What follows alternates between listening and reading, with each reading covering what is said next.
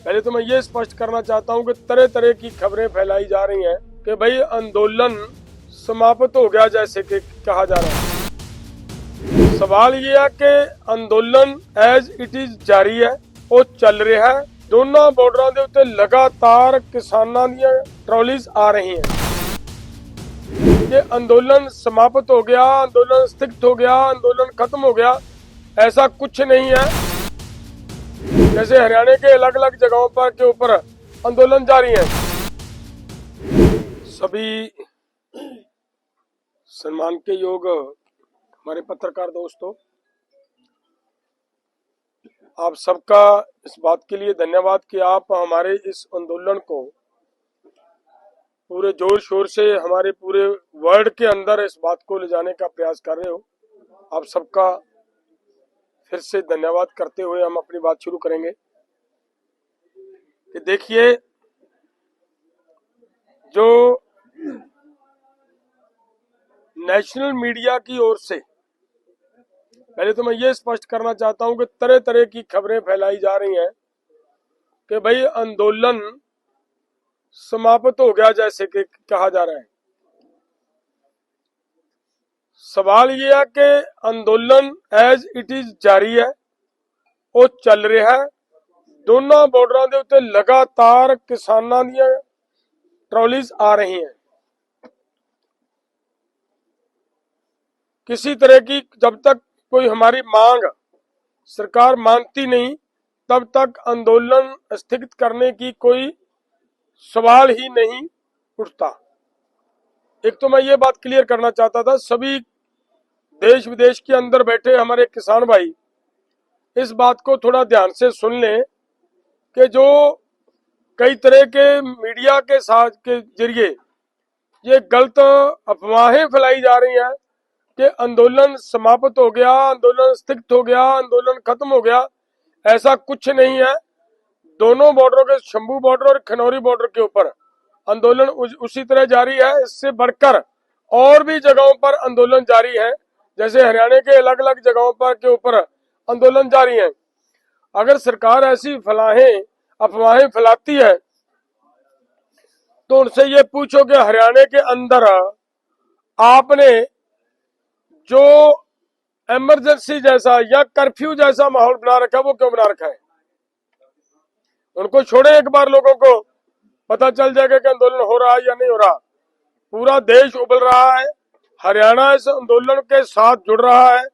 2 दिन पहले हरियाणा के किसानों के ऊपर लाठीचार्ज हुआ, जिसकी हम आज की पीसी के माध्यम से जोरदार शब्दों से निखेधी करते हैं।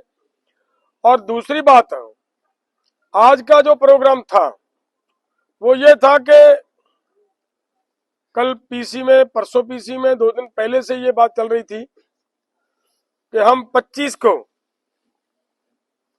दोनों बॉर्डरों के ऊपर एक्सपर्ट्स को बुलाकर जिनकी पूरी जानकारी हो WTO के मामले में, उनको बुलाया जाएगा। सभी किसानों को जागृत किया जाएगा, सभी किसानों को बताया जाएगा और इस कन्वेंशन के माध्यम से हम भारत सरकार से ये मांग करेंगे कि वो कृषि क्षेत्र को WTO से बाहर निकालें।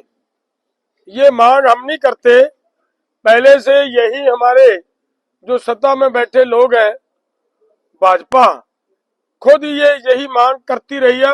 हाथ में तख्तियां पकड़कर पार्लियामेंट के पास भी जाती रही है और अखबारों में बहुत सारी इनकी खबरें अब भी हैं, मिल सकती हैं, जहां इन्होंने ये मांग की है कि भारत WTO से एग्रीकल्चर सेक्टर को बाहर निकलवाए।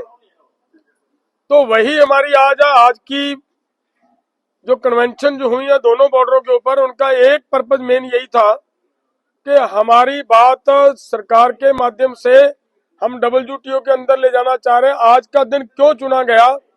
क्योंकि कल 26 फरवरी को एक बड़ी मीटिंग होने जा रही है WTO की, दुबई के अंदर।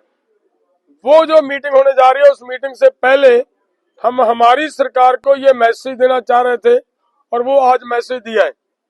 दूसरी बात यह है कि कल हमारा प्रयास ये है कि पूरे देश के किसान, कि पूरे देश के मजदूर, पूरे देश का व्यापारी, पूरे देश का छोटा सन्नतकार, उन सबको हमारी हाथ जोड़कर निवेदन है भाई कि WTO से जब तक देश बाहर नहीं आएगा, ये हमारे सारे के सारे कारोबार, छोटा व्यापार भी खत्म होगा, छोटी सन्नत भी खत्म होगी, किसान भी खत्म होगा, और किसान के खत्म होने के बाद मजदूर की मजदूरी भी उसके हाथ से छिन जाएगी।